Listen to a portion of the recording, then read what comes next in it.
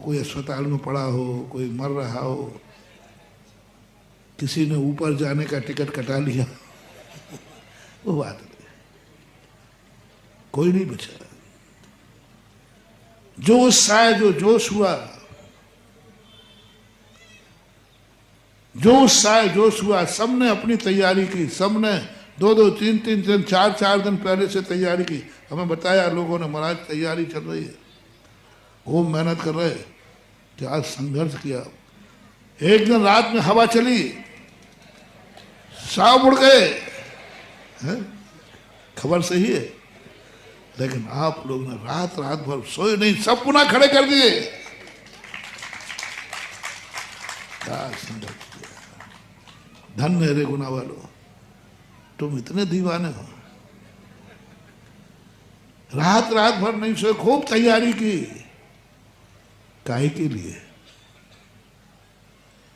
महाराज के लिए। वो भी हो गया, चलो अब काहे के लिए? जो उत्साह तुम्हारी आगवानी का था, क्या वही उत्साह जिसके लिए तुम महाराज को लाए हो, क्या उस कार्यक्रम के लिए है?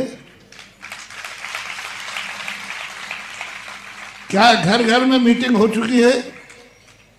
क्या घर घर में निर्णय हो चुका है कि अशोक गुना का कोई भी घर ऐसा नहीं रहेगा जो आगवानी में शामिल नहीं होगा? बच्चे से लेकर बूढ़े तक लोगों ने बाहर जाने के टिकट कैंसिल करा दिए, सुना था मैंने। लोगों ने छुट्टियां ले ली, मार्केट बंद रहा। कुछ दुकानें तो जैनियों की मैं जानता था, तो मैं देख रहा था खुली है कि नहीं। कुछ लोग खोल के रखे थे वो हमें दिखाने के लिए, शटर खोल दो, महाराज जी आएंगे तो उनकी दृष्टि। हाँ। क्या यही माहौल? ये तो रावण का काम है। जो अभी तक तुमने किया है, इसमें आपको मैं श्री राम की सेना में भर्ती नहीं करूंगा। अभी आपकी सेना कौन की है? महाराज आपसे बहुत परेशान है। ले साहब, आपने रावण बना दी। नहीं नहीं, बता रहा कितना कार्य यदि तुमने किया है, तो ये तो रावण की रूप रहता है, इतना तो रावण भी कर लेता है। अपन रावण नहीं, अपन श्री राम की सेना है। जो उत्साह, जो जोश, जो माहौल घर घर का अगवानी में बना है, वही माहौल, वही जोश पंच कल्याणक में 6 दिन होना चाहिए। कि एक भी अशोकनगर, एक भी गुना का व्यक्ति नहीं बचेगा जो इस पंचमुखी पंच कल्याणक का पात्र नहीं बनेगा। जैसे तुमने कहा, एक भी घर नहीं था जहां कोई ना कोई उसने अपना शगुन नहीं किया हो। हर व्यक्ति शगुन, और कितनी मुश्किल में, कितने धक्के खा करके शगुन किया।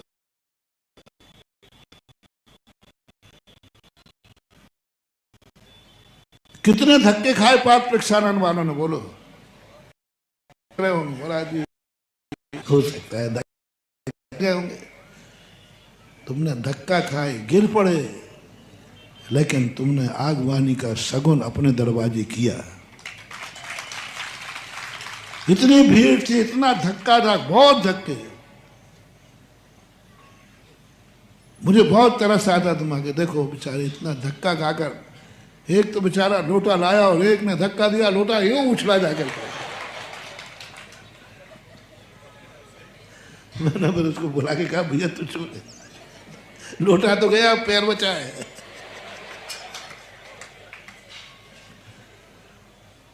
इतना सब कुछ हुआ। क्या यही मकसद जिसके लिए तुमने आगवानी की, क्या ऐसे ही धक्के खा करके पंच कल्याणक कर सकोगे? ऐसे धक्के खा करके भगवान का अर्घ चढ़ा सकोगे? ऐसे धक्के खा करके तुम भगवान के जन्माभिषेक, भगवान का गर्भ कल्याणक दीक्षा देख सकोगे? धक्का खाकर। यह है चारित्र, यह है श्री राम की सेना।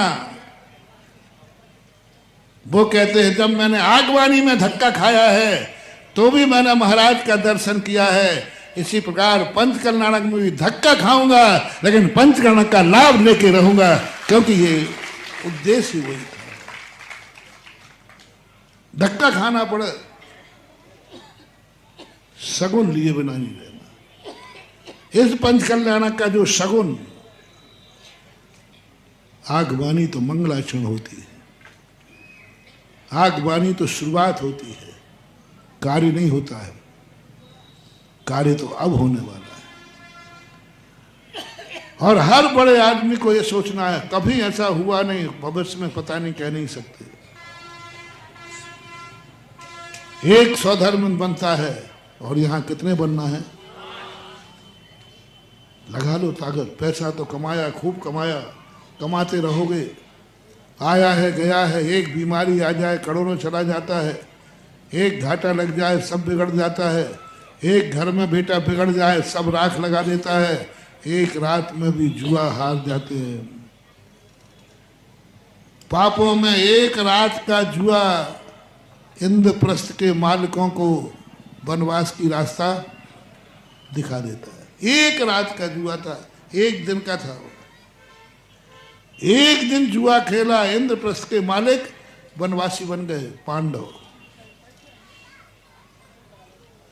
जब पापी लोग इतना कर सकते हैं पाप के लिए, कितने पापी लोग पाप के लिए कर्जा ले लेते हैं, कितने पापी लोग पाप के लिए अपनी जमीन पूर्वजों की जायदाद बेच देते हैं, कितने पापी लोग अपनी पसीने की कमाई को पाप में लगा देते हैं। जय हिंद दोस्तों, अगर आपको मेरी वीडियो अच्छी लगती है तो प्लीज़ मेरे चैनल को लाइक, शेयर, सब्सक्राइब करिए और इसी तरह से अपना प्यार देते रहिए। धन्यवाद।